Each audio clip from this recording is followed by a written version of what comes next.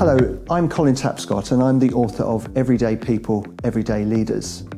In the book, we explore how everyday people can lead in different contexts, in everyday situations. And what we wanted was a series of videos that can help explain that a little bit further, where we meet some of the characters from the book and exchange conversation with them around what are the key things that they have learnt and can use in the skill and the area that we're looking at in that particular chapter. So join with me, come and explore on this particular chapter.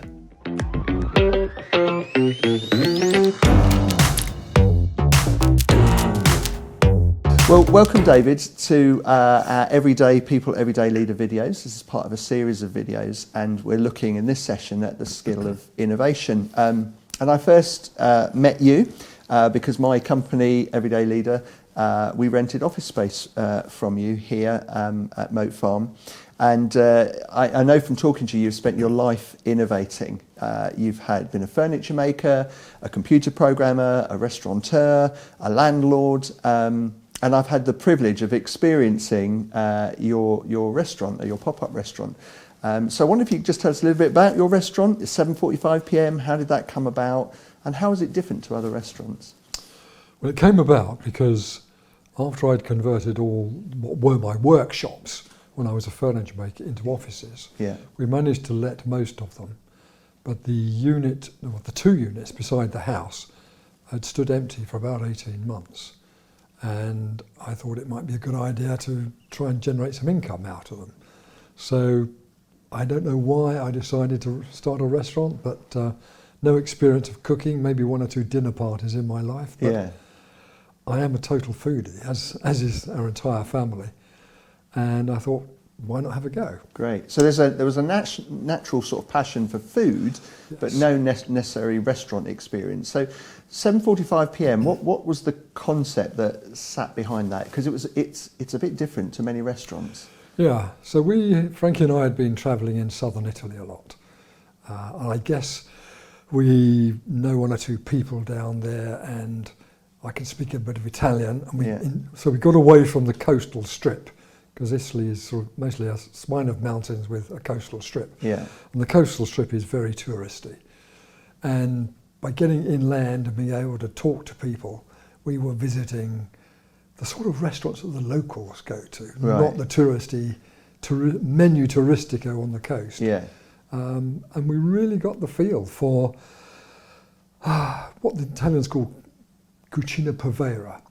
So Italy, until quite recently, was a peasant country in the south of Italy, where there were, landlords. It was a bit like the feudal system in England, where the landlord controlled everything, and the peasants had to work for the landlord to pay for their rent and so on. So cucina povera is the sort of cookery that arrived from having to use the odds and ends that you'd got around the place. And they're quite a creative people, the Italians, so they develop wonderful dishes. Things which we now regard as staples were their poor man's food. So the restaurants that we visited almost invariably had 4 or 5 courses, no menu. You would walk into a place, and if they had got space and were prepared to cook for you, it was sit down and we'll serve you what we're doing.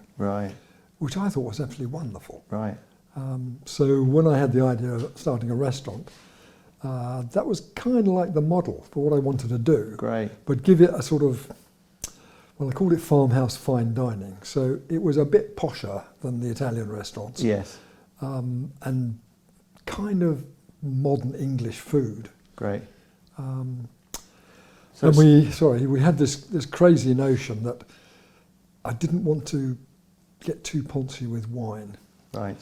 So about 6 months before the restaurant opened, I had visited a nearby restaurant, which I won't tell you what it is. And we had been in and out in about 45 minutes, having had 3 courses, been charged a ridiculous amount of money, and the guy who was the wine waiter opened a bottle of wine, tasted it himself, so we didn't get our full bottle's worth. And the whole thing was over in 45 minutes. And I come away feeling very dissatisfied and decided that I was going to create a restaurant that was all about a whole evening of relaxed entertainment, relaxed eating.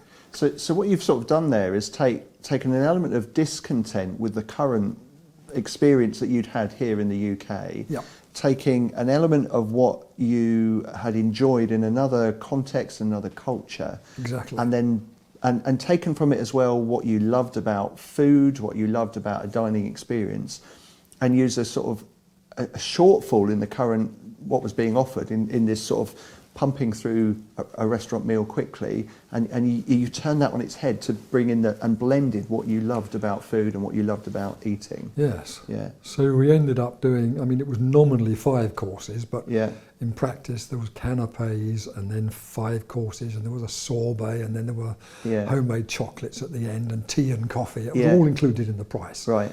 So that was another thing that I found really annoying, was if you take up one of these offers that the Times has, and you go to a restaurant for a meal that costs you very little, by the time you've left, you've actually spent money on this, that, and all the other odds and ends that they flog you. So I wanted it to be just one price for everything, apart from the wine.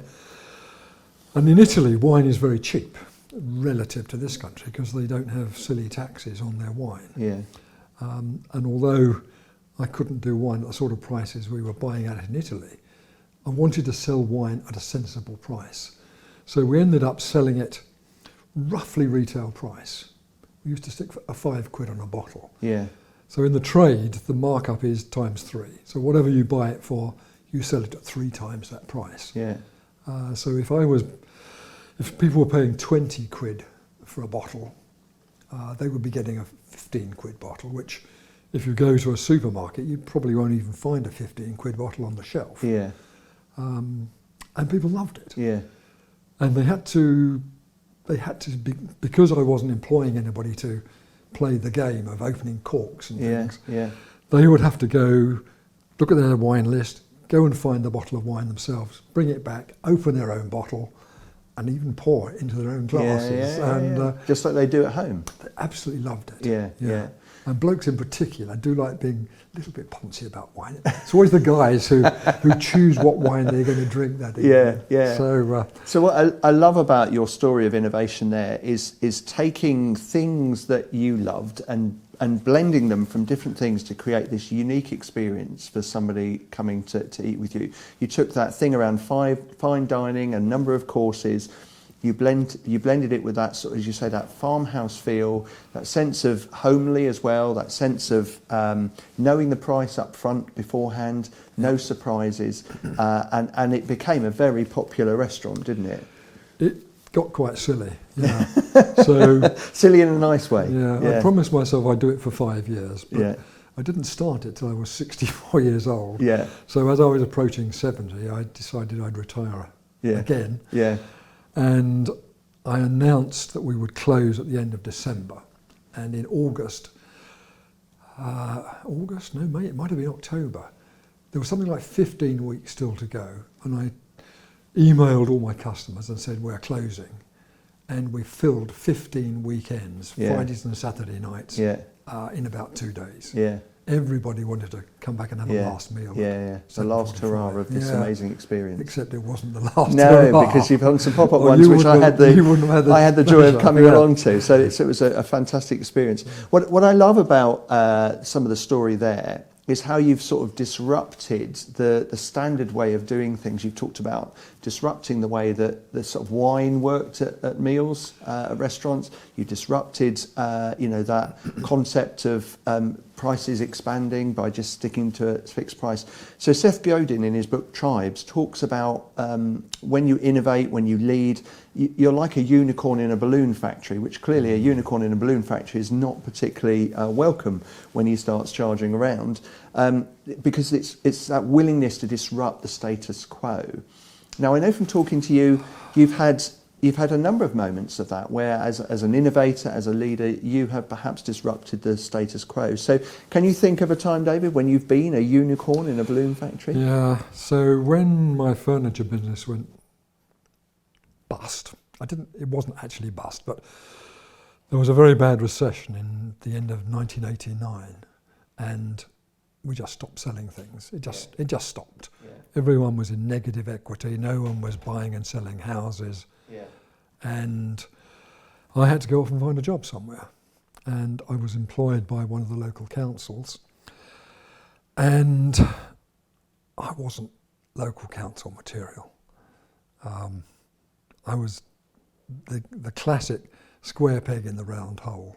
And I upset people a great deal. Okay. Because local government was very staid, everybody was ticking boxes and covering their backs, and I was the guy who took risks. I was an entrepreneur. Yeah.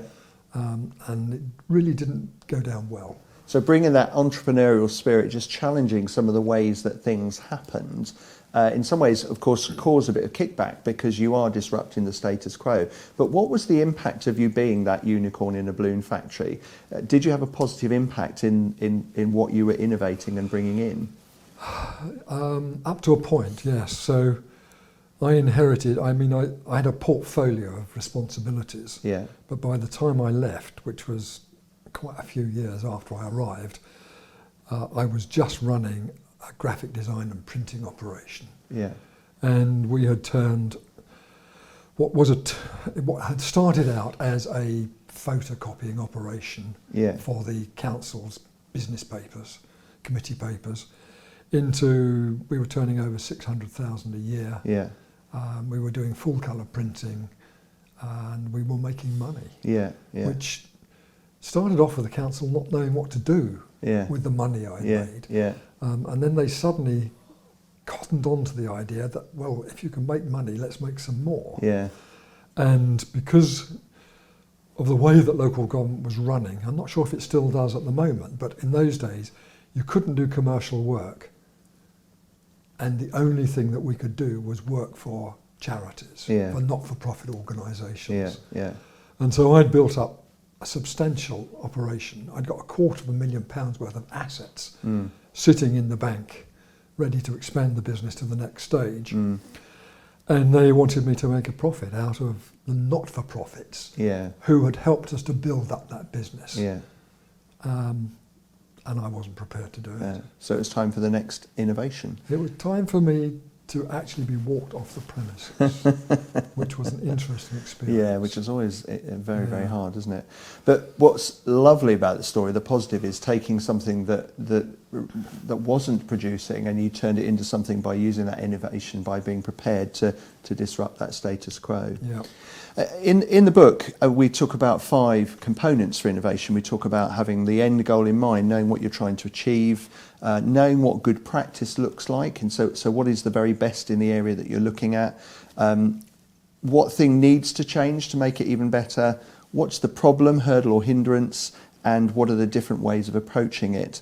So when you have done some of your innovation, so for example, one of the other things the watchers of this video might want to know is that you designed and made the Suffolk recliner chair. It was your own innovation all those years ago.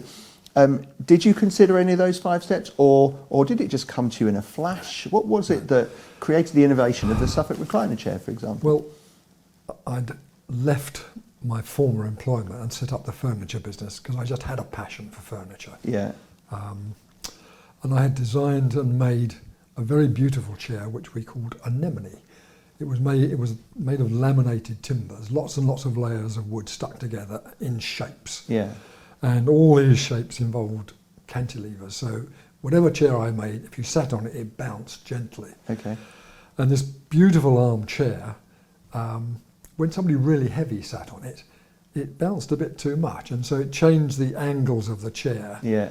And I suddenly thought, well, look, maybe we could turn this into a reclining chair. If we could have a mechanism that we could fit into this beautiful wooden frame, so that people could lean back or whatever.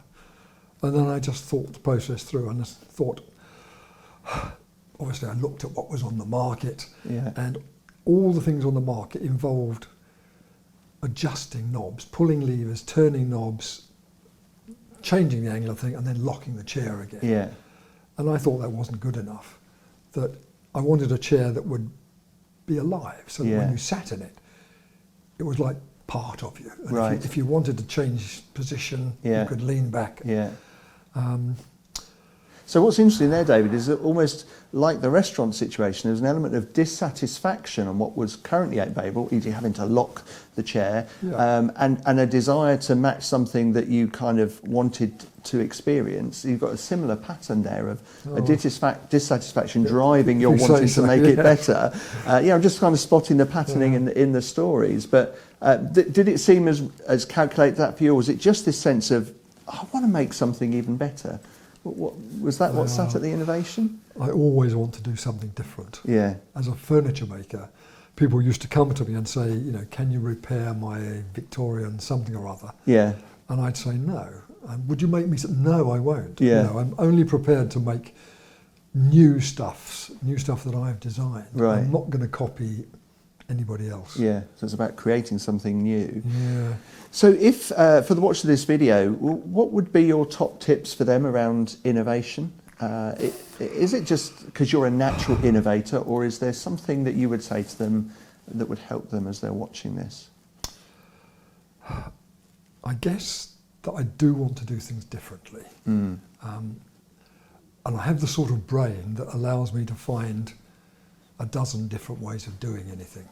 So people talk about brainstorming, and they talk about lateral thinking and thinking outside the box. Yeah. And I guess I just do that naturally.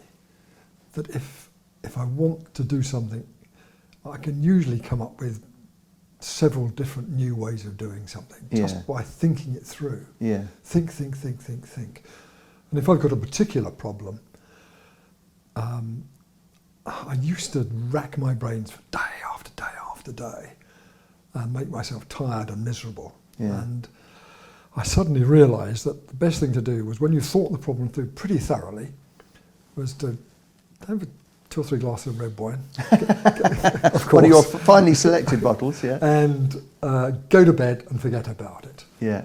And as we now know, is that when you're asleep, your brain is processing. Yes. So it's processing memories, deciding which ones to keep, and I think there's a lot of other stuff going on. Yeah. So time and time again, I would wake up, and as I sort of surfaced, I think, oh, that's how to do it.